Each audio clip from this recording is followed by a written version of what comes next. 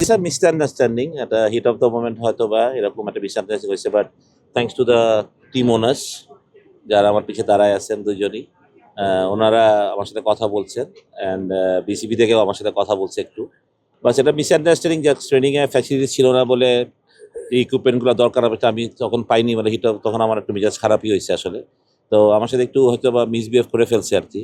তো তখন আমি ভাবছি যে যদি মিসবিহেভ করা এখনই শুরুই হয়নি টুর্নামেন্ট, তাহলে খেলা হারলে কি হবে আর কি। তো but they are kind enough, আমার সাথে দুজনই কথা বলছে ওরা, তহিদ এবং আদনান দুজনই কথা বলছে। ওরা টিম ওনার যারা, তারা মানে চেয়ারম্যান টিমের, তো হি টকস টু মি।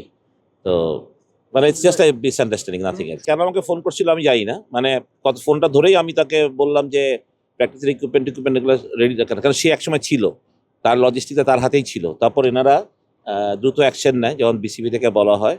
তো গ্রুপে ছিল হয়তোবা গত 2 দিন আগেও ছিল, এরপর থেকে তারা এটা অ্যাকশন নেওয়ার পরে গ্রুপ থেকে নাই, সে এখন আমাদের গ্রুপেও নাই। বাট ফোন করছিল হয়তো অন্য কোনো রিজন হয়তো আমাকে, বাট আমি আসলে আমার মেজাজটা খারাপ ছিল যখন মাত্র তারা আমাকে বলতেছিল যে প্র্যাকটিসে বল নাই বা প্র্যাকটিস ট্রেনিং করার যে ইকুইপমেন্টগুলো ওগুলো আসেনি মাঠে।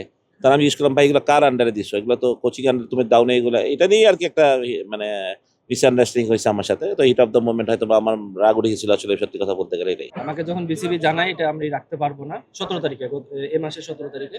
তার আগে পর্যন্ত উনি আমাদের লজিস্টিক বা অপারেশনাল যেগুলো কাজগুলো করা লাগতো সেগুলো উনি করতো।